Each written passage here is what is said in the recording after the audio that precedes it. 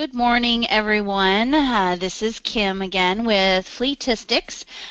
We are going to be reviewing the ELD Administrative Training today. So yesterday was driver. Today we're focusing on the back end. So it will be system settings, driver settings, how to set up trailers, and all that fun stuff that happens within the MyGeotab database. Again, we've got the honor of having Robin Kinsey from Geotab with us today to conduct today's meeting. We will be asking questions through our forum that is in the application for GoToWebinar, so feel free to raise your hand or just ask the questions. I'll be looking at those as we go through, and then we'll have some time at the end to review some of the questions that were asked. And this session is about an hour and a half, might be just under that, but we do have a little bit longer because there tend to be more questions that surround it because there are reports involved and things like that. So just giving everybody a heads up, and without further ado, I'm going to go ahead and hand it over to Robin. So Robin, welcome, and thank you again for being with us today. Thank you. So good morning, everybody. I hope you find this session useful as you're setting up your database and setting everything up ready for hours of service in ELD. So it is important to make sure that we hit all the things that's going to be relevant to ELD to make sure that you are compliant and your drivers are compliant. So before we get started, I just want to ensure the audience can see my screen. If someone can reply back yes or no, I'd appreciate that. So while we're waiting on that, I'll keep moving. There we go. We've got a yes. Awesome. So I am in, of course, my Geotab here, and I'm under Administration and System Settings. Okay? You click onto System Settings. You do need to make sure that you have your company name and the address listed. Okay? Then down here, I'm just going to scroll down just a little bit. This is where you would choose the list for your tractors and your trailers. Now this list can be customizable. That's really a different training if you want to customize your list.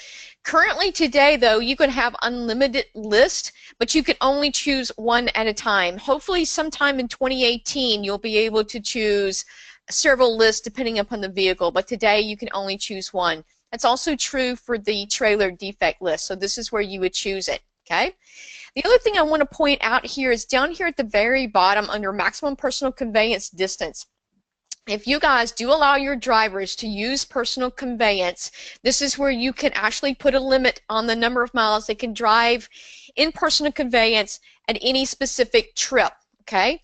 So in the U.S., the personal conveyance regulation says personal conveyance up to a reasonable amount, and reasonable is not defined. So in my terminology, I convert that to whatever you think you can get away with. You know, and it really just depends on where you are. If you're in Chicago, you know what, you're probably not going to get away with more than 20 miles, okay? But if you're in Kansas or Utah or somebody out there in the boondocks, you may be able to stretch it and get quite a few miles out of it. So what happens when you set this maximum personal conveyance is this is set for 47 miles. Once they go over the 47 miles, that trip will automatically flip from personal conveyance back to drive time. Okay? And as you know, personal conveyance counts against off-duty, not against driving time. Okay, some other things to kind of point out here. I'm just going to flip through them all just to make sure. This is basically the map of what the default map will be. Your user account policy, this is talking about passwords here, the default. Add-ins, Geotab has a lot of different add-ins, and there are some add-ins, and we're going to talk more about the ones relevant to hours of service in ELD shortly, but this is where you would come to do an add-in. To do an add-in is very, very simple. Even a non-technical person like myself can do it. You basically, we would give you the code, which is like a paragraph. You copy it, you would click into new add-in, and you literally just paste it here in this screen. That's really how you add a new add-in. This next tab is purge. You will not see this feature unless in your user setup you have feature preview turned on, because we consider this a beta product at the moment, but it does work. We're just going to continue to improve it for a while. It's fairly new.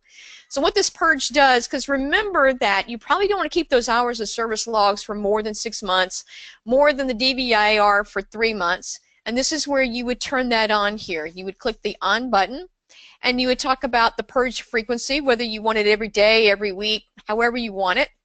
To keep the driving and exception data, the hours of service data, the DVIR data, and any private trip. Now you have to be relatively careful here, okay?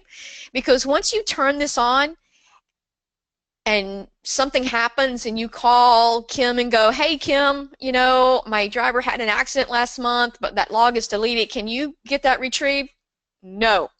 When it's gone, it is gone. So keep that in mind. Because also remember, if that truck was to be in an accident, you are required to keep those logs until that accident's been truly rectified, if it's a court case or whatever. So you need to make sure you pull the logs out you want before they get deleted. So I just want to add that in as a caveat there. All right, so from there, we are going to move over to vehicles, okay? Now from vehicles, of course, this is where you can add them.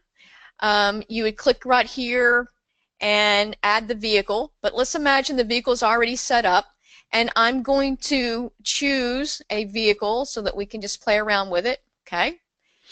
And this is where, of course, you'll see the serial number of the Go device. You do need to put in the license plate number. This is required to be compliant, okay? Also, the VIN is required. Now, typically Geotab picks up the VIN once you plug in the device, but let's say you have an older, odd vehicle, and for some reason we did not. You definitely need to reach out to Kim so that she can open a support case so that we can retrieve that VIN information along with the correct odometer and engine hours. So just something for you to be aware of. Okay. Driver feedback, of course, this is that in-cab coaching that you have the option of using. And groups, you can have these vehicles, of course, assigned to groups and so forth, and the service plan. And don't forget about this button up here for more details. Okay? Because this is where you can also set up this information. And the reason why I bring this up is because this is a piece that needs to make sure you turned on. So if this is a CMV vehicle, you can actually start out it automatically. And once that driver assigns that specific vehicle, it's automatically moved from automatic to on.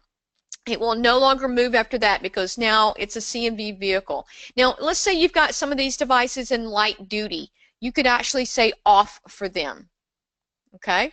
So make sure that you have this set up properly for your vehicles in order to be compliant with ELD. Now, this last button I want to talk about is not ELD relevant, but I'm bringing this up because yesterday I did this scenario where your truck broke down and you took out your device and you plugged it into that truck that you were renting. So you can do that if you have this automatic vehicle management enabled. Then when you unplug that Go device and you plug it into your rental or a new vehicle, it's going to make all the data for this previous truck historical. So that's very important. If you don't have this enabled and you've got it on disabled, then someone from the admin side is going to have to come in here and manually do some things. If you have it enabled, then all that happens automatically. All right. So next we're going to talk about trailers. So for trailers, it's very easy to add them. There's not a lot of information. You can have whatever naming convention that you want. If you want to put some comments in here, and then you can assign them to any group. We do have some bulk imports for both vehicles and the trailers, which I'm going to talk about these bulk things a little bit later when we talk about the compliance package, but we do have those capabilities. Next, we're going to talk about users, and I'm just going to pull up mine so that we can kind of walk through it here, okay? So you're going to have a unique username. We do recommend that this username is an email address, but for your drivers, it does not necessarily have to be. Okay? You can have another naming convention. It could be the employee ID number. It could be first, last name. Just remember, it does have to be unique. Okay? So if you've got two John Smiths, somebody's got to be John Smith 1 and somebody's got to be John Smith 2. So just keep that in mind. Now, the downside of not putting an email address on here is you cannot send them a report. But more than likely, you're not going to send a report to your drivers. And then the first name, last name. Normally for administration folks, anybody that has an email address, I would say yes to force the password. But if you do not have this email address set up, then you can no longer force this password change. You have to say no. Okay, so that means when you're setting up your drivers, you tell your driver, hey, the password, your password is going to be ABCDE, and then, hey, driver, the first time you log in, I want you to change your password. So that is important. Also for security clearance, I'm sure you've already familiar with that within my geotab other than ELD, but you can choose the Drive app user. There's also different flavors that you can create, which is again a different training sessions to customize the clearances, because some of you may not, like I just had a customer yesterday, they're coming aboard, but they've decided not to use the electronic DVIR. You can change that in the clearance so the driver does not see that as an option. Or maybe they're not doing messages, which is a feature preview.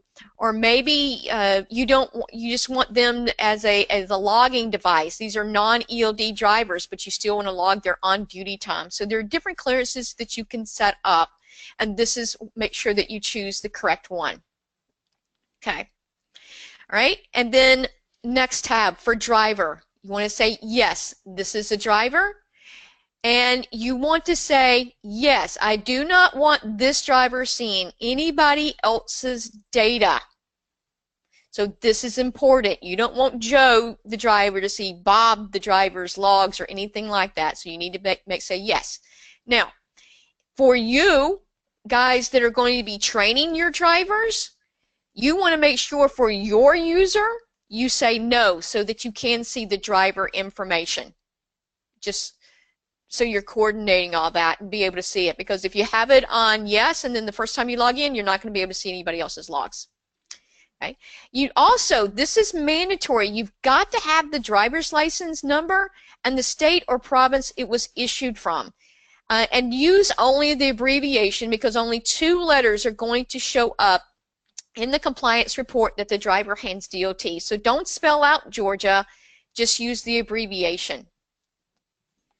And of course, here's the standard UI setting, and this is the feature preview that I keep mentioning here that needs to be turned on. For one, if you want to see the purge feature, and 2, if you want the drivers to have the messaging capability. Those are the 2 main features that's still considered in beta that you can only see when you have feature preview turned on. I also, just so you know, I also recommend you turning on this news notification just so you can be kept up to date. And of course, map setting is pretty common. You're probably familiar with that. The next important tab for ELD is the hours of service settings. Make sure you choose the appropriate rule set for your driver. Okay? Now, you may say, Robin, he's in 60 hours, 7 days for most of the week, but sometimes he's in the short haul, or, you know, he goes to Canada. So again, I'm going to go back to those clearances. You can lock down the ability for the driver to change his rule set. Matter of fact, that's the default. The driver will not be able to change his rule set. But if you change the clearance, then the driver can change his rule set. I would recommend you leave it at default unless that driver absolutely has to have his rule set changed, because what you don't want to happen probably is for Joe using 60 hour and then tomorrow he's going to Canada and he's going to call you when he's crossing the Canadian border at 3 a.m. to say, hey, I need for you to change my rule set. The other thing is these exemptions that you can turn on and off. Here's the oil field operation and the weight at well. If you're not in the oil and gas industry, don't worry about that. It's only applicable to them. Have them turned off. The home terminal. Now, the home terminal is where your driver's home base is. So if your headquarters is in New York, but this driver drives out of Kansas City, Kansas, then his home terminal would be Kansas City. And you need to have that information here. The carrier number is the DOT number he drives under for your company. Okay? Now, in the very, very near future, we are going to have another feature that if the driver drives under 2 DOT numbers, because some companies may have 2 subsidiaries with 2 DOT numbers.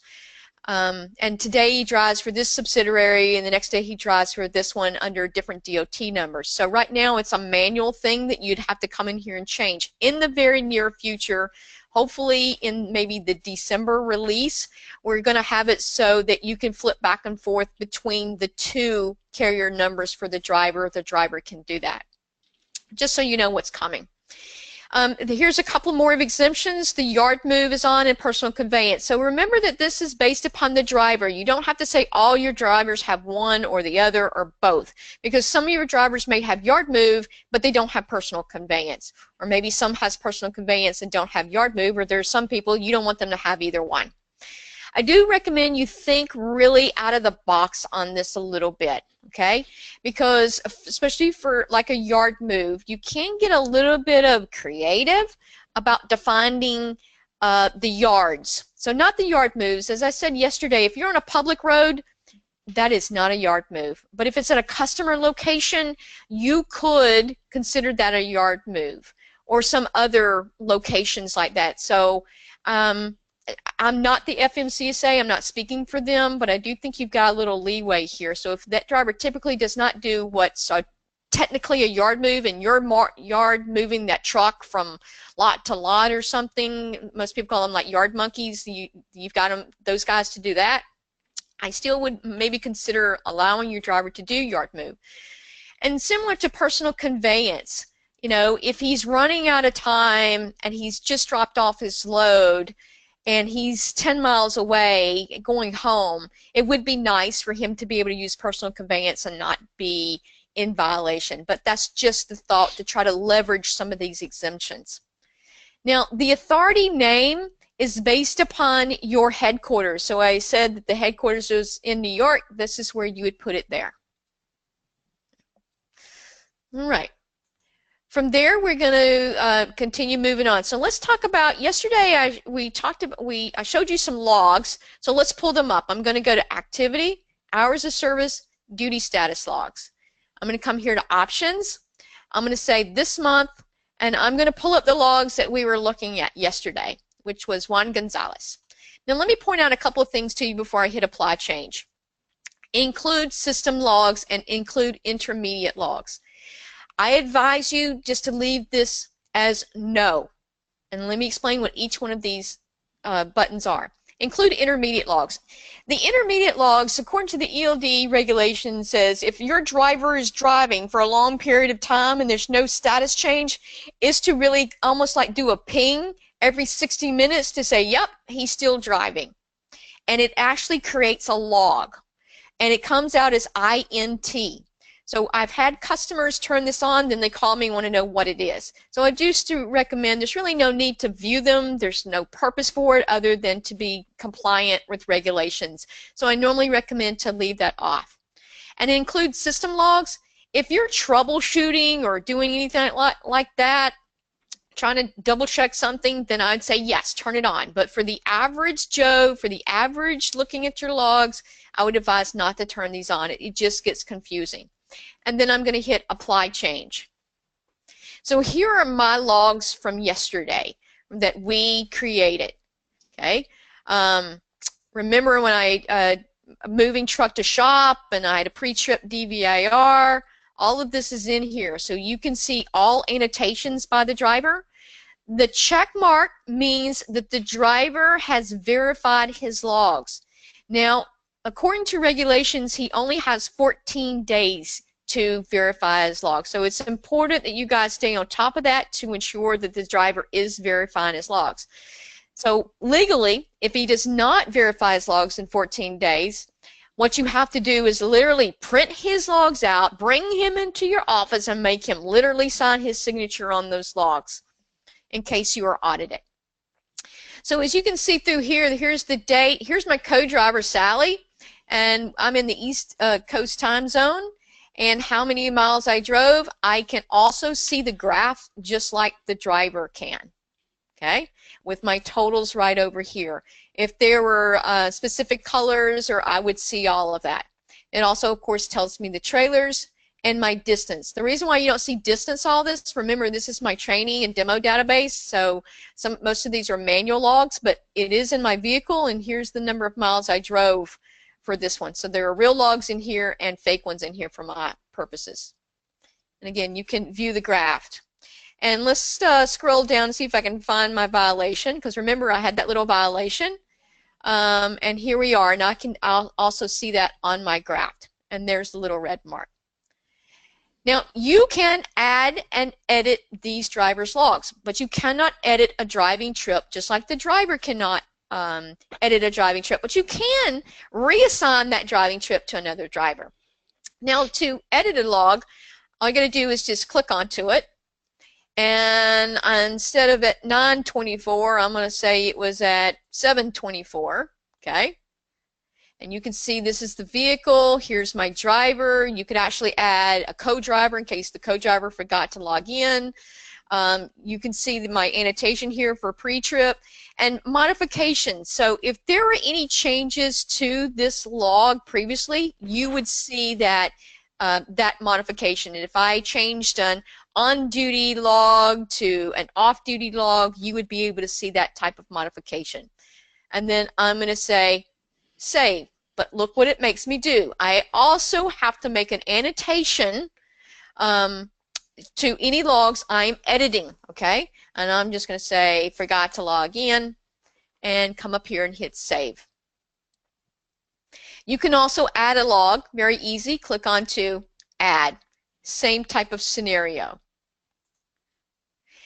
And very, very importantly, you can also see compliance print.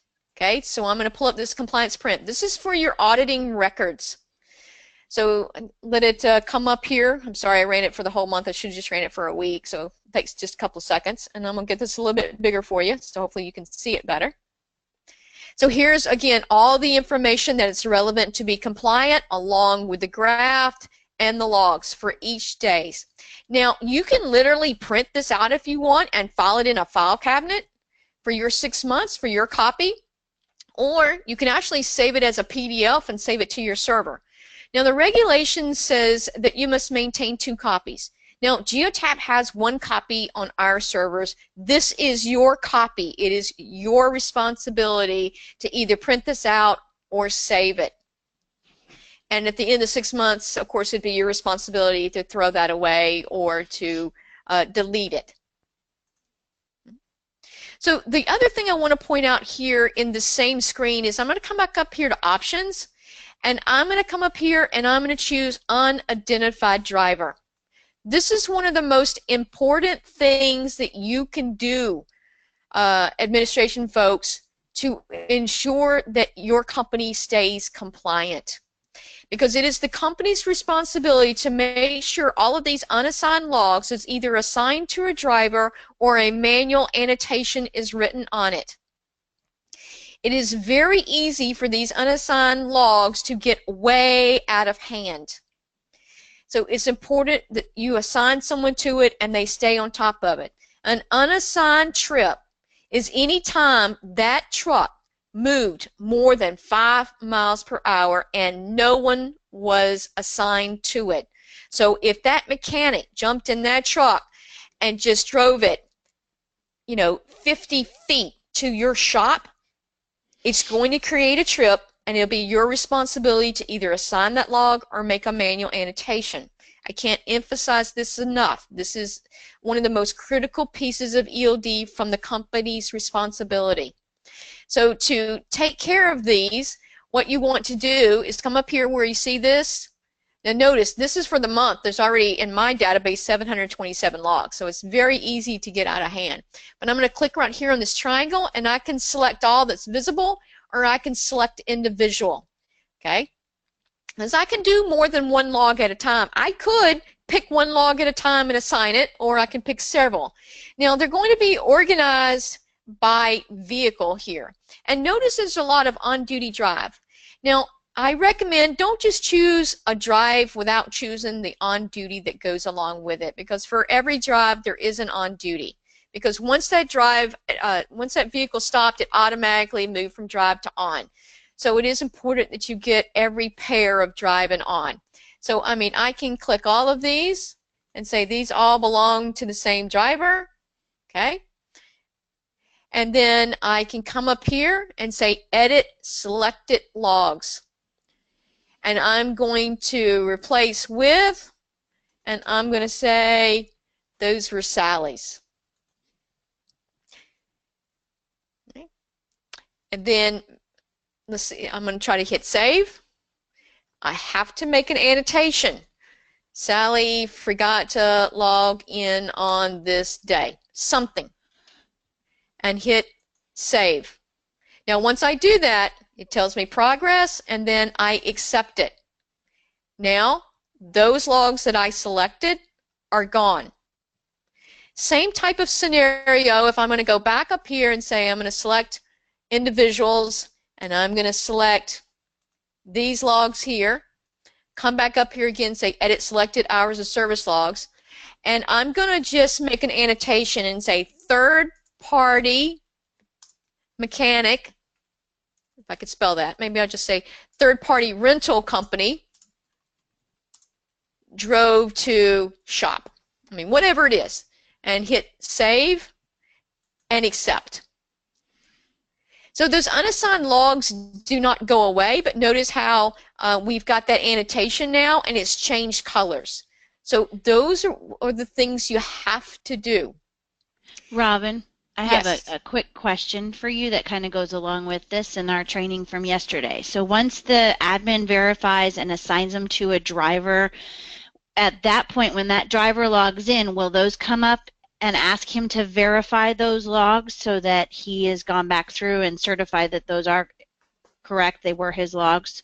Great question, Kim. Yes, they will get popped up. The next time that driver logs in, he'll be requested to verify, because even if he's verified a day's log, if the admin person edits one of those logs or add additional logs to that day, he'll always be asked to verify them, because drivers have final say-so on their logs. Perfect. Thank you. All right, well, we're going to keep moving. Next, I'm still here in activity, hours of service, violations. If you ever want to see, you know, which of your drivers are in violation, and I just selected all. You don't have to select them all, and I did say a short time period because I know I always have a lot of violations.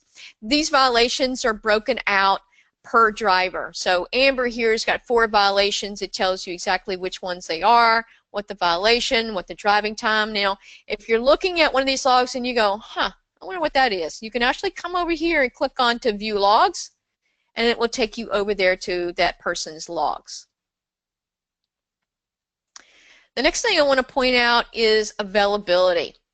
So this will show you how many hours each one of your drivers have left to drive for that day. Now, this may become relevant. So let's imagine you're in Atlanta, Georgia, and one of your customers have called you, said, hey, I'm in Macon, and I need for your driver to come pick up this load and take it back to Atlanta. So that's about a 2-hour drive. Well, maybe we should say 3 in Atlanta traffic. So you've got to find a driver that has enough time to drive that 3 hours, be able to pick up that load, and then come back. So you're probably seeing what driver has at least 6 hours of time left for him to drive this day. So here's your availability. Now, these guys that you see here, they don't have a rule set. That's the reason why there's nothing, there's blank there. Okay, but here we're getting down to your real drivers, and it tells you how much time that they have left to drive today before they even have to take the next break. Okay, and I'm going to continue to scroll in because I requested everybody in my database. This is how much time they have left to drive. This is for their next break. And then here are the drivers who are not available. These guys are out of time. They cannot do it. All right. Next, we're going to move over to DVIR. So the DVIR, I'm just going to say, I want to see all for this month. I can run this by all DVIRs or only defected or only repaired or only certified, but I'm going to say all. And I can say specifically about a vehicle, but I'm just going to say all. And you can same thing for your trailers, and I'm going to hit apply change. So here's what you can see. So you can see some different colors here. So a blue wrench means that there was a defect, but it has been repaired. This red wrench means that there is a defect and it has not been repaired yet. Now, these blue ones here are just no defects. And the check mark means that that inspection has been reviewed. So now let's imagine I'm your mechanic, okay? And it says right front tire low on air. So I'm the mechanic, I've checked out the tire, I put air in it, you know, whatever it may be. I'm going to click onto this. And by the way, when you set up your mechanics logins, you can set up their clearance so they only have access to what that's relevant to them. So if you're worried about them coming in here and screwing something up, you can lock it down so they can only do very specific things. So this tells me, okay, it's truck 102, there's my driver, tires flat or leaking air. Thank goodness the driver told me which one.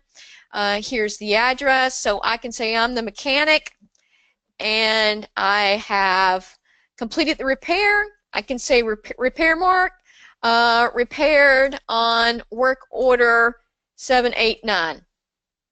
I can now come up here and say repaired. Now, here's the question mark for each one of you. I have some customers that lets the mechanic certify the vehicle as safe or unsafe.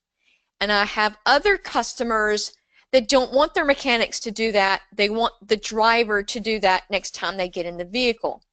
This is your decision. If you don't want this mechanic to certify it as safe, he just needs to hit return. If you do want him to certify it as safe, he would click certify as safe. Now, when the driver logs in and he chooses this vehicle and he does his pre-trip DVIR or whatever DVIR is doing, he will see that there was a previous defect, that the defect's been repaired, and that the mechanic has certified it as safe. He will see all those things. If you choose that the mechanic does not certify it as safe, then the driver will see that there was a defect and the defect's been repaired, and it will prompt him to say, is this vehicle safe or unsafe? So the way you do that is up to you. I'm going to say return. You can also add a DVIR log for whatever reason that you want it to.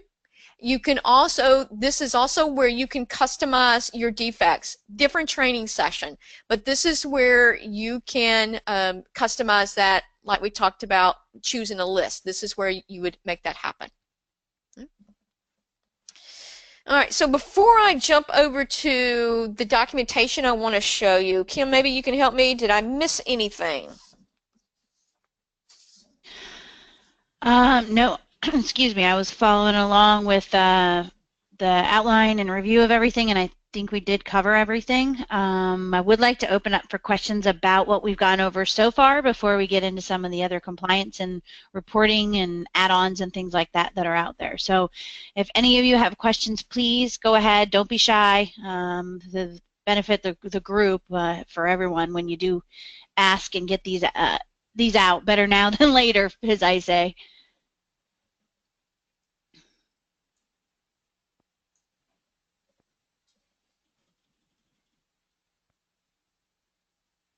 So I'll ask a question and maybe solicit some feedback here. So the biggest thing for you guys from the company standpoint is these unassigned logs. Do you have a process in place to handle this? And maybe you could just shoot me yes or no, or maybe you want to share with how your company is handling this.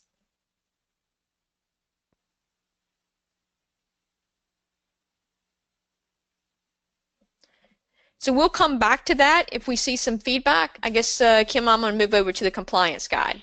Sure. Sounds good. Okay. All right. So this is a document that Kim and Joel can share with you.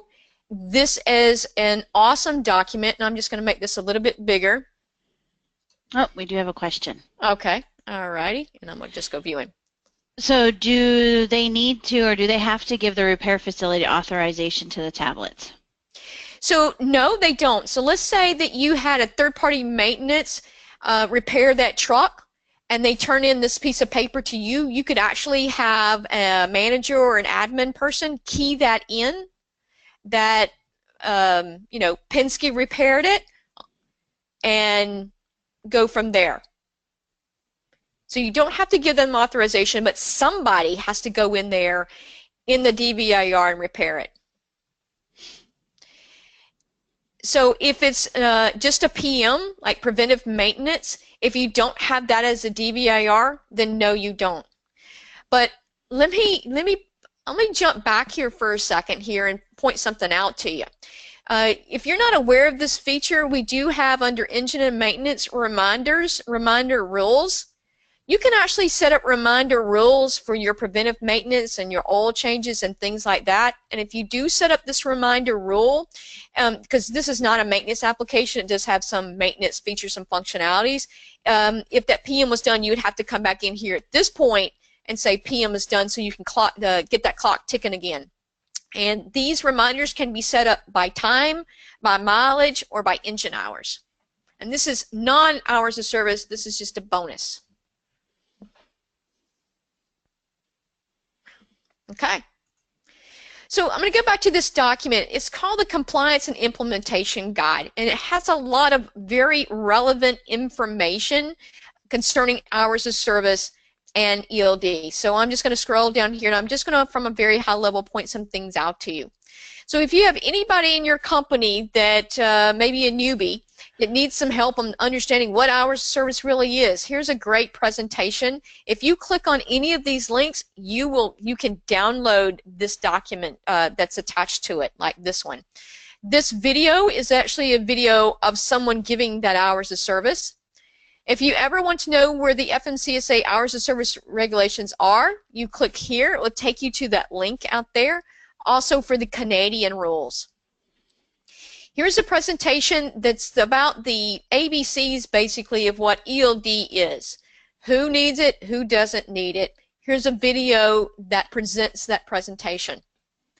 Now, you may be wondering what rule sets that we're currently compliant with. I just clicked onto that link there, and here is actually an hours of service rule set matrix to tell you what each one of the rule sets that we have. And this is basically a chart with some abbreviated information, but if you continue scrolling down a little bit, we actually go into more details here. So if you want to know a question about, I'm not sure what the short haul does, you can come here and read it, okay, along with any of the intrastate rules that we have. And if you continue scrolling it, then we also have information about the exemptions. If you're not sure what the adverse driving conditions, when you can apply it, here is it broken out along with personal conveyance and yard move and weight it well and so forth. Okay. Also, we have a frequently asked question document. All you gotta do is click here and read through that. If you're ever confused about how we communicate, because we do not communicate the data from the tablet and the Go device via a cable. You may have a harness connecting your tablet to the Go device, but it's not transferring any data. It is only transferring consistent power. It is optional. If you can maintain power in that tablet or phone or whatever mobile device you're using at some other method, that's perfectly fine. That harness is only for power. So you may think, well, you do it via Bluetooth. Nope. We do not do it via Bluetooth. We don't think Bluetooth is reliable enough. We do it through the cloud, where the tablet is communicating to the cloud, which is my GeoTab, and the Go device is communicating to the cloud, my GeoTab, and that's where this data is getting married. Here is a presentation and a document about that, if you ever have any questions on it. So this next document is another document I highly recommend you downloading and reading. Yes, it's 50 pages, but there's lots of pictures, so it won't be that bad of a read. But this really walks you through everything that we did today with setting up administration and the driver. So this is great information. Along with, I talked to you a little bit about some common clearances, things like that is in there. So this is a great document for you to read and review. We also have some troubleshooting guides here that would be relevant to you. It doesn't matter if you're using Android or the Apple, you would choose which one. It may help you to troubleshoot some of the basic things that could go wrong. Driver calls you, they're getting that red triangle that we talked about yesterday, and you automatically know what to tell them to do, some small things like that. We do recommend a mobile device management system. So if the company is providing the drivers with a phone or a tablet, you really want to control that, because they do have data. What you don't want them to do is download the movie off Netflix and sit around and watch it on their phone using your data and your time. So that mobile device management application would help you control what's going on there. So this is not a requirement. We do not sell it. There are all kinds of great ones out there. Some are really, really cheap, and there's even I think could be a free one out there I'd heard the rumor of. So there are some different things out there. So this is just a suggestion. If that is an option, Fleetistics does provide MDM management solutions, so you can contact your account manager and they can help you out with that if that is something that you don't already have and you're looking into. Awesome. That's great information. And so I'm glad that those guys can help you out. And also, if you have an mobile device management solution, you can utilize the APK. Now, for you non-technical people, you may not know what an APK is. Don't worry, I didn't either. But the APK is actually a way that you can push Geotab Drive, the application that you would download from the Google Store, out to your tablets all at one time. So if you've got a bigger fleet, like if you've got 100 trucks, you probably don't want 100 drivers going out there and downloading it from Google Drive. Maybe you do. If you do, that's perfectly fine. But if you don't, your IT person on staff will know what to do and can leverage this APK in order to push out this application out to the 100 tablets all at one time with no user intervention. Okay, here's a great document on how long do we keep your data. Okay, and so here's something that I definitely want you to keep in mind here. So this is a sample. What it is if you're currently maybe testing or using, just to make sure, maybe you've been your drivers are using paper and you're still not sure your drivers are ready to go full-fledged on this solution.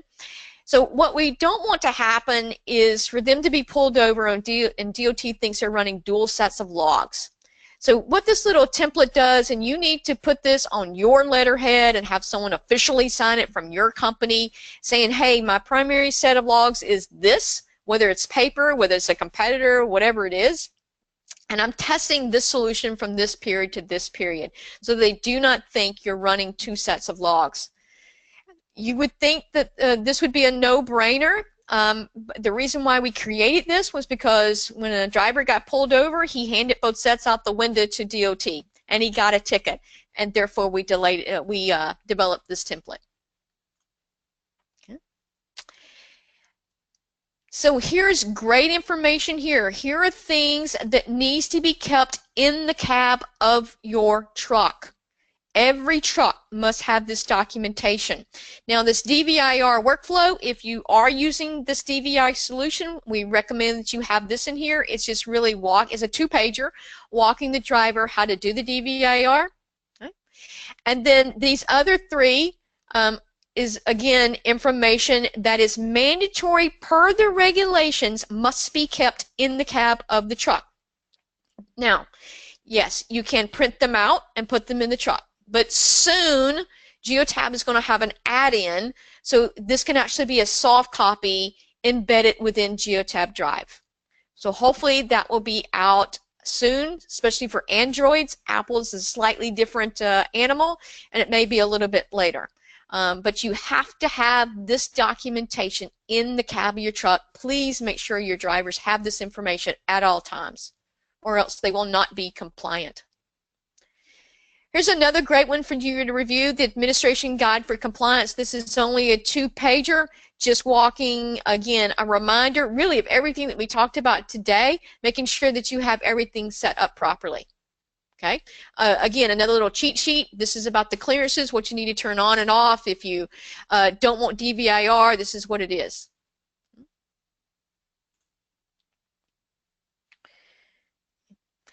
And here is a driver's quiz. I highly recommend you giving this to your drivers. I said this yesterday, and I can't say it enough. The key to successful onboarding is the training of your drivers. You really want to make sure your drivers totally understand the solution. Otherwise, they could definitely easily have a violation or not be compliant, what's going to be a reflection back on you, the company, and affect your CSA scores eventually. By the way, I see that the FMCSA came out with something late yesterday. Big headlines this morning was that the violations for ELD, not the regulations, only for ELD, is not going to be held against your CSA scores until April 1. That does not mean you still won't be affected when they break regulations like a violation, but something specific to ELD. Just so you know, it was in the headlines this morning.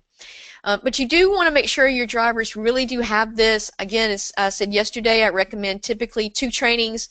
A training, let them play around with it for 4 or 5 days, another training, and then to give the quiz. That really is to determine whether or not your driver really got it. It's 25 questions. These are no trick questions. These are very plain Jane, simple questions to answer. And if they don't do well on it, they need more training. And the answers are also here for you. We also have a support forum that's open to the public. You can feel free to go out there and read that information. Okay. So I next want to talk to you a little bit about, for one thing, short haul zone. If any of you guys run a short haul, or maybe you do and maybe you don't, this is a template that you can use to import the 100 air mile radius zones around your home terminals. It's very easy to do. This really is just an Excel spreadsheet. Sorry, I'll have to download it so I can open it up real quick. So if you have multiple home terminals, this is very useful to you. Plus, we've got the magic number in it. So because 100 air miles is not necessarily 100 straight miles like on the road, it's totally different. And I got to find where that opening is opening up at. Okay. So we'll have to come back to that. I've got an Excel problem. But really what this is, I'll make this a little bit bigger so you can see it, is the diameter. So, finally it opened. Bring it over to my other screen here. Maybe not. So this is the home terminal. You need to put in the physical address, any comments, and then this is the magic number that you would need. And you could do that for each one of your home terminals. More than likely, most companies has multiple home terminals. Is it 100 air miles, or is there also 150 air mile? There is a 150 air mile. Okay, so it'd just be a different diameter. Right. Now, how this may be beneficial, you could actually set up an exception rule so that you can know how often your drivers actually go out of that zone. Next, I want to talk about reports. So within your database, you do have a couple of hours of service report that came as a default. These are ones in addition to that. You need to read through this to determine which ones are going to be relevant to you. So number of drivers that's currently on duty. So funny, I did a demo yesterday for a customer, and this was her key thing that she wanted. The drivers were supposed to be working by 7 o'clock. She wanted this report sent to her at 7:05, so she knew exactly who was on duty working. So this is a great report, and any of these reports can be sent to you at whatever frequency that you wanted to. The hours of service violation costs. And by the way, we actually recommend to you which ones to go on the dashboard, which ones dashboard and email, but you can do it however you want to. Now, for these reports, you really click on to this link. It's actually going to take you out to the marketplace, which is open to the public. You don't have to have a super secret password or anything. And then you would just download the report, and it's just like any other report. Drag and drop it back into the reports, and it would be there. The severe hours of service violation cost. This is tracking the cost of your violations per the driver's fine and what the company's fine. This is really not if they pulled over by DOT, that fine. The one where they're egregious, they're called egregious, that means they drove in violation for more than 3 hours. We track that so we can tell you what your fines would be. Excessive personal conveyance. Now, if you guys decide, I'm not going to have personal conveyance, then you don't need this report. But if you're going to have personal conveyance, this may be a report that you would want someone to review. Exemptions report. This is, again, a report where you want to monitor the exemptions, whether it's adverse weather, whether it's a yard move, or whatever it may be, so you can monitor how often they're using those exemptions. Hours gained. This is applicable to the 60-hour 7-day and the 70-hour 8-day. So let's talk about the 7-day one. Well, as a new day begins, that last day falls off. How many new hours am I going to gain in my new day? This report will tell you. If you want to know for your drivers are driving in violation, this is the report alert that you can receive every 30 minutes to notify you that someone's driving in violation. Off-duty to drive instance. If they went from off-duty to drive, guess what they didn't do? They didn't do a pre-trip DVIR. And if that's important to you, this is how you would know that they did not do that. Total violations by reason. This is a great report. This is one of my favorite ones, so you can track the trend. And my violations because they're not taking that 30-minute off-duty break, or are they driving beyond the 14 hours? What is it that they're doing that's causing these violations? So this report has them segmented by reason.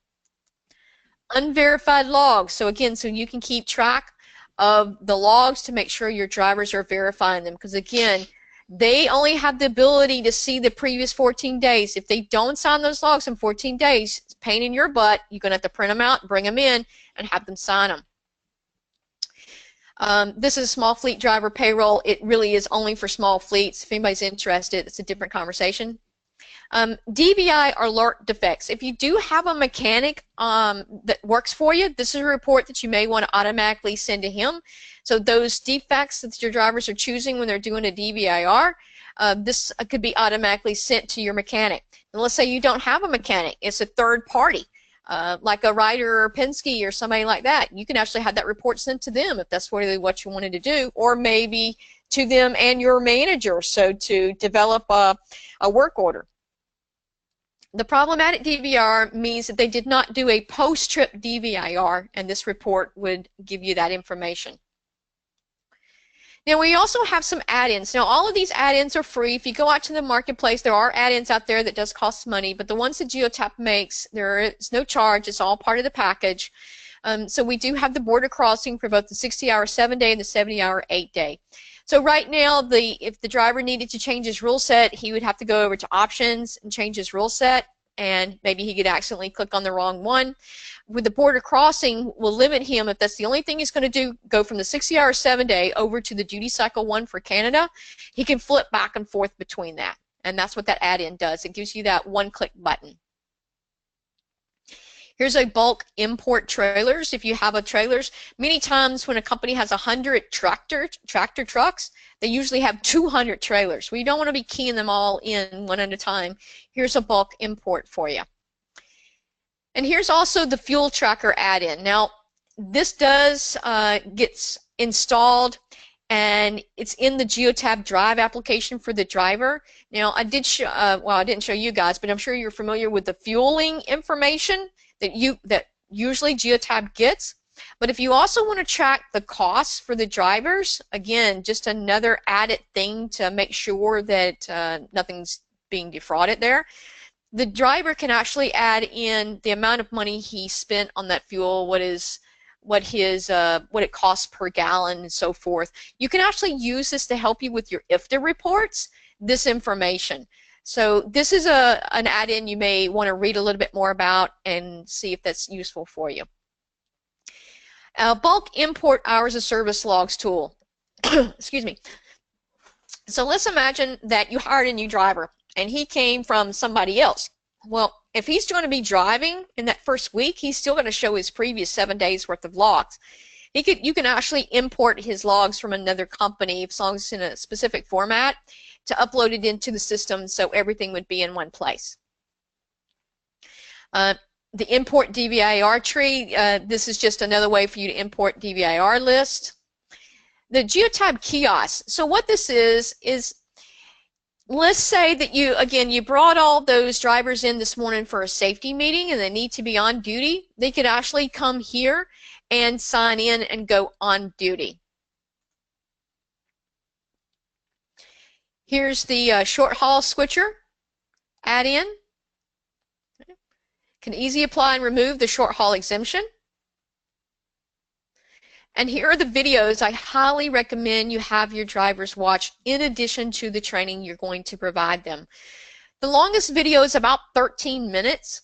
It takes you from start to finish from the driver's perspective, and then these other 3 videos are about 3 minutes or so long.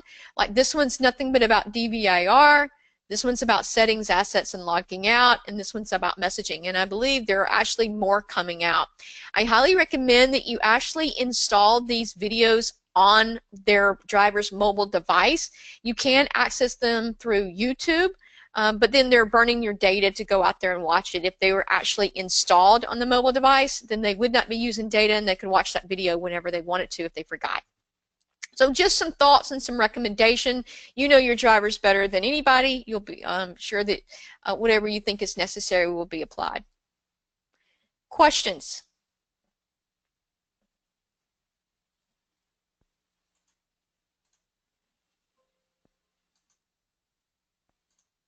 Y'all are a very quiet bunch. Yeah, much quieter than yesterday.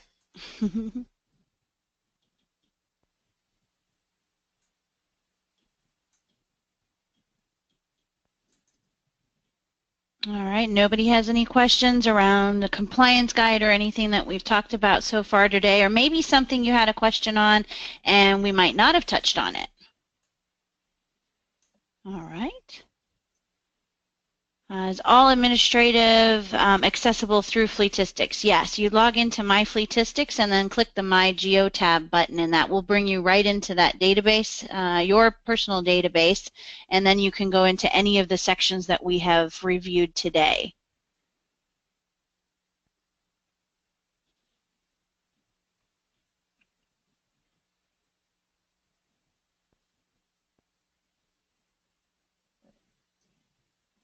I will say, Kim, this is very unusual. Usually there's lots and lots of questions.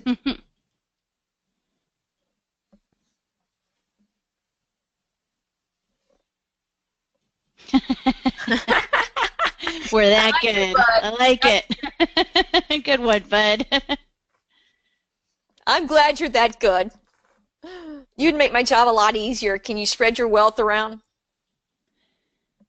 Well, I do want to open it up. My email is in here, but it's kim.thoman@fleetistics.com. If you do have any questions, you can reach out to myself. I encourage you to at least copy your account manager as well.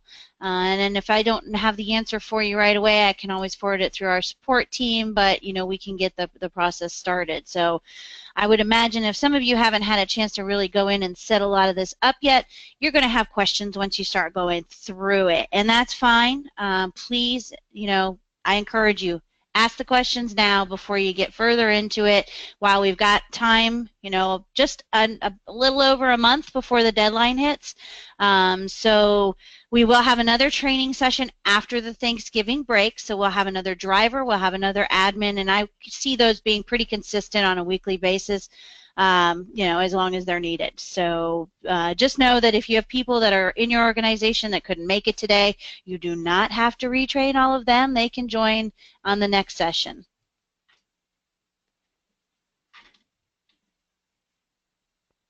Okay, anything to add, Robin? No, I appreciate you guys having me. If you guys do think of a question, and I encourage you to reach out to Kim, and she knows how to get in touch with me if there's anything I can help you with. All right, well, thank you again for helping us out today. And everybody on the call, I thank you for your time as well. I guess we don't need that hour-and-a-half session time today. But I do look forward to working with you all in the very near future, and I hope you have a great Thanksgiving holiday. Take care, everyone.